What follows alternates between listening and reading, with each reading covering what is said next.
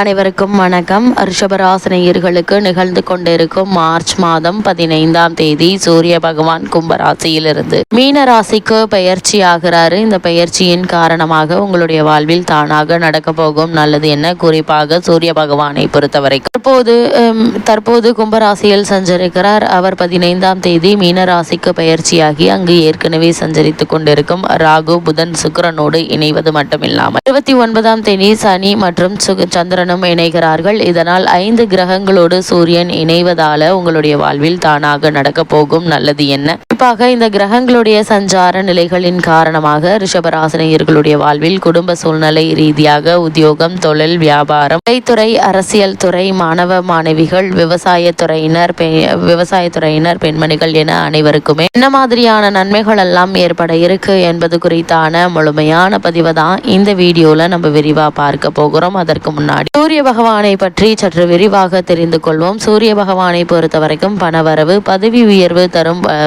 வருவதில் வல்லவராக இருக்கிறார். அதாவது சூரிய பகவானை பொறுத்த வரைக்கும் சூரிய பகவானை உலகில் உள்ள அனைத்து உயிர்களுக்கும் ஆற்றலை தரக்கூடியவர் ஆவார். ஆதித்யன், ரவி, பாஸ்கரன், கதிரவன், மித்ரா உள்ளிட்ட பல பெயர்களால் இவர் அழைக்கப்படுகிறார். இந்து மதம் மட்டுமின்றி புத்தம் மற்றும் ஜெயின மதத்திற்கும் சூரியனை தெய்வமாக வழிபடும் வழக்கத்தை கடைபிடிக்கிறார்கள். 7 குதிரைகள் பூட்டிய ரதத்தில் பவனி வரும் சூரிய பகவான் இயக்கத்தை அடிப்படையாக கொண்டே மாதங்கள் கணக்கிடப்படுகின்றன. சூரிய பகவானை எப்படி வழிபட்டால் நமக்கு என்ன பலன் கிடைக்கும் என்பதை தெரிந்து கொள்ளலாம். நவகிரகங்கள்ல தலைமை கிரகமாக போற்றப்படும் சூரிய பகவானுக்குரிய கிழமையாக ஞாயிற்றுக்கிழமை கருதப்படுகிறது. ஒருவருடைய வாழ்க்கையில் பணம், பதவி, பெயர், புகழ், அதிகாரம், அரச அந்தஸ்து ஆகிய யோகங்கள் அமைய வேண்டும் என்றால் அதற்கு அவருடைய ஜாதகத்தில் சூரியனுடைய அருள் நிறைந்திருந்தால் மட்டுமே கிடைக்கும். ஞாயிற்றுக்கிழமையில் விரதம் இருந்து சூரிய பகவானை வழிபடுவதால் சூரியனின் அருளும் எதிரிகளை வெல்லும் பலமும் கிடைக்கும் என்பது நம்பிக்கை. அப்படி சூரிய பகவானை எப்படி வழிபட வேண்டும் என்று பார்க்கும்போது சூரிய பகவானை விரதமிருந்து வழிபட நினைப்பவர்கள் காலையில் சூரிய உதயத்திற்கு முன் எழுந்து பிரம்ம முகூர்த்தத்தில் நீராட வேண்டும். பூஜை செய்யும் இடத்தை நன்கு சுத்தம் செய்து கொள்ள வேண்டும். அது மட்டுமில்லாமல் அர்ச்சனைக்கு ஒரு தட்டை தயார் செய்து அதில் கொஞ்சம் அரிசி, குங்குமம், சிவப்பு நிற மலர்கள், ஏதேனும் ஒரு பழம் ஆகியவற்றை வைத்துக் கொள்ள வேண்டும். விளக்கை ஏற்றிக்கொண்டு அதை சூரியன் உதிக்கும் திசை நோக்கி வைத்து ஒரு சிறிய சொம்பில் தண்ணீரை எடுத்து சூரிய பகவானை நோக்கி வழிபட்டு கொண்டே அந்த அர்ச்சனை தட்டின் மீது தீர்த்தம் போல தெளிக்க வேண்டும். பூஜை முடிந்தவுடன் நீங்கள் சாப்பிட வேண்டியது ஏதேனும் இனிப்பு வகையாக இருக்க வேண்டும். குறிப்பாக வெல்லம் சேர்த்து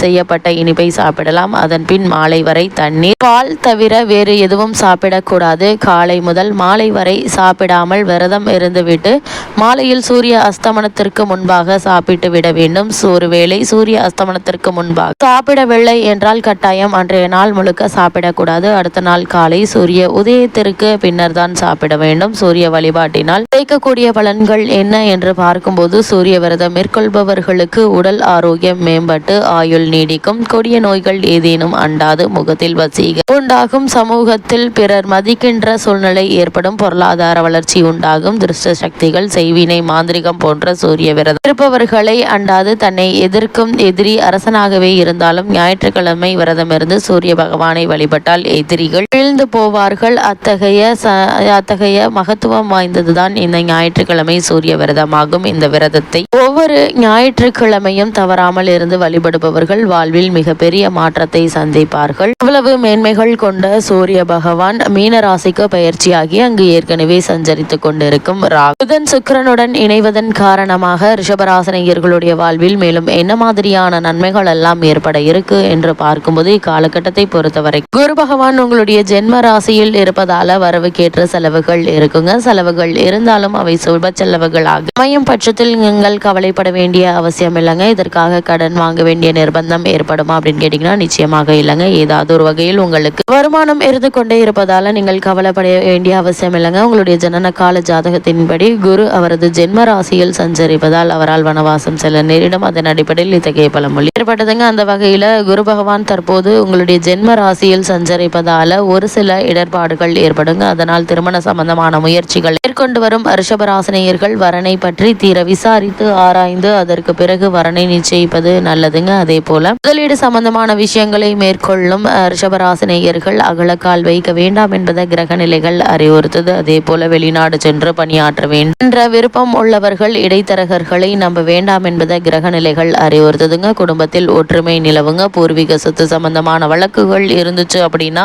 வழக்குகள்ல சாதகமான தீர்ப்பினை நீங்க எதிர்பார்க்கலாம். ஆனால் அதுவரை நீங்கள் சற்று பொறுமையாக நிதானமாக இருக்க வேண்டும் என்பதை கிரக நிலைகள் அறிவுறுத்துது. அதே போல உத்தியோக காரணமாகவோ அல்லது மற்ற காரணங்களுக்காகவோ குடும்பத்தை விட்டு பிரிந்திருந்தவர்களும் கூட ஒன்று சேரக்கூடிய ஒரு தருணமாக தான் அமைஞ்சிருக்குதுங்க. அதே போல காலகட்டங்கள்ல குடும்ப ஒற்றுமை அதிகரிக்குங்க. அலைச்சல்கள் சற்று அதிகமாக தாங்க இருக்கும். அலைச்சல்கள் அதிகரித்தாலும் பொருளாதார நிலையில் முன்னேற்றம் ஏற்படக்கூடிய ஒரு தருணமாக தான் இக்காலகட்டம் அமைஞ்சிருக்குதுங்க. அதே போல ரிஷபராசியை சேர்ந்த உத்தியோகஸ்தர்களுக்கு சூரிய பகவானுடைய இந்த பயிற்சியின் காரணமாக என்ன மாதிரியான நன்மைகள் எல்லாம் ஏற்பட இருக்கு என்று பார்க்கும்போது ஜீவனக்காரகரான ஜீவனஸ்தானத்தில் கும்பராசியில் சனி பகவான் சஞ்சரிப்பது நல்ல ஒரு முன்னேற்றத்தை ஏற்படுத்தும் விதமாக அமைஞ்சிருக்குதுங்க. காரணமே இல்லாமல் உங்களுக்கு மறுக்கப்பட்டு வந்த பதவி உயர்வு, ஊதிய உயர்வு, உத்தியோகத்தில் கிடைக்க வேண்டிய சலுகைகள் ஆகியவற்றை தற்போது நீங்கள் தாராளமாக எதிர்பார்க்கலாங்க. மேலதிகாரிகளுடைய அளவுக்கு மீறிய கண்டிப்பு வெறுப்பை ஏற்படுத்தினாலும் சற்று பொறுமையாக இருப்பதன் காரணமாக கூடிய விரைவில் நல்ல ஒரு முன்னேற்றம் ஏற்பட இருக்குது. இன்று வளைந்து கொடுத்தாதால் நாளை நிமர்ந்து கொள்ளலாம் என்பதை மனதில் நிறுத்தி இந்த காலகட்டங்களில் ஏற்படக்கூடிய சூழ்நிலைகள் சற்று வளைந்து கொடுத்து ஏற்றுக்கொள்வது எதிர்காலத்திற்கு நல்லதுங்க. அதே போல விருப்பத்திற்கு மாறான இடமாற்றம் ஏற்படும். இந்த மாற்றத்தை ஏற்றுக்கொள்ளுங்க. ஏன்னா இந்த மாற்றத்தின் அடிப்படையில் வேறொரு நல்ல நிறுவனத்தில் நல்ல ஒரு ஊதியம் மற்றும் நல்ல ஒரு பதவியுடன் கூடிய வேலை கிடைப்பதற்கான சாத்தியக்கூறுகள் இருக்குது. அதே போல் தொழில் மற்றும் வியாபாரம் செய்பவர்களை பொறுத்த வரைக்கும் லாபஸ்தானத்தில் ராகு சுக்கிரனும் இணைந்திருப்பதால் நல்ல லாபம் கிடைக்க இருக்குதுங்க. இருப்பினும் மிக கடினமான போட்டிகளை நீங்கள் சமாளிக்க நேரிடும். நிதி நிறுவனங்களுடைய உதவியும் ஆதரவும் தக்க தருணத்துல உங்களுக்கு கை கொடுக்குங்க. அதே போல சிறு சிறு பிரச்சனைகள் ஏற்பட்டு வந்த நிலையில அந்த பிரச்சனைகள் அனைத்துமே நீங்கி நல்ல ஒரு முன்னேற்றம் குடும்ப சூழ்நிலை ரீதியாக ஏற்படக்கூடிய ஒரு தருணமாகவே இந்த சூரிய பெயர்ச்சி அமைஞ்சிருக்குது. அதே போல மாணவ மாணவியரை பொறுத்த வரைக்கும் மேலும் என்ன மாதிரியான நன்மைகள் எல்லாம் உங்களுடைய வாழ்வில் ஏற்பட இருக்கு என்று பார்க்கும்போது கல்வித்துறையை கட்டுப்படுத்தும் ஓரளவு சுபபலம் பெற்றிருப்பதால பாடங்கள்ல மனம் ஆர்வத்தோடு ஈடுபடுங்க. நேர்முக தேர்வுகள் இருந்துச்சு அப்படின்னா வெற்றி நிச்சயம் கிடைக்குங்க. விளையாட்டுகள் மற்றும் பேச்சு போட்டிகள் ஆகியவற்றில் சிறந்த முன்னேற்றத்தை நீங்கள் தற்போது தாராளமாக எதிர்பார்க்கலாங்க. அதே போல விவசாயத்துறையினரை பொறுத்தவரை செயல் பணிகள்ல நல்ல ஒரு முன்னேற்றம் ஏற்பட இருக்குது. விவசாயத்திற்கு தேவையான அடிப்படை வசதிகளான தண்ணீர், உரம், இடுபொருட்கள் ஆகியவை கிடைப்பது நல்ல ஒரு முன்னேற்றத்தை ஏற்படுத்தி கொடுக்க இருக்குதுங்க. இதனால உங்களுடைய வயலில் விளைச்சல் நல்லபடியாக இருக்குங்க. இதனால் வருமானமும் கிடைத்து லாபம் அதிகரிக்க இருக்குது. இதனால் பழைய கடன்களை அடைத்து நிம்மதி பெறுவது மட்டும் இல்லாமல் பழைய கடன்களை அடைத்து நிம்மதி குடும்பத்தார்களுடைய தேவைகளையும் பூர்த்தி செய்யக்கூடிய ஒரு தருணமா அமைஞ்சிருக்குதுங்க. பெண்மணிகளை பொறுத்தவரை குரு பகவான் ஜென்ம ராசியில் அனுகூலமற்ற நிலையில சஞ்சரித்தாலும் கூட ஏதாவது ஒரு வகையில் முன்னேற்றங்கள் ஏற்பட இருக்குதுங்க. இந்த காலகட்டங்கள்ல திருமண சம்பந்தமான முயற்சிகள்லையும் குழந்தைகள் பற்றிய கல்வி சம்பந்தமான முயற்சிகளையும் கவனமாக இருப்பது நல்லது என்பதை கிரகநிலைகள் மீண்டும் மீண்டும் அறிவுறுத்தது. அந்த வகையில் ரிஷபராசினியர்களுக்கு கிரகநிலைகளின் ரீதியாக கூறப்படும் பரிகாரம் என்ன என்று பார்க்கும்போது ஞாயிற்றுக்கிழமை சூரிய பகவானை வழிபடுங்க. எண்ணற்ற நன்மைகள் உங்களுடைய வாழ்வில் ஏற்படும்.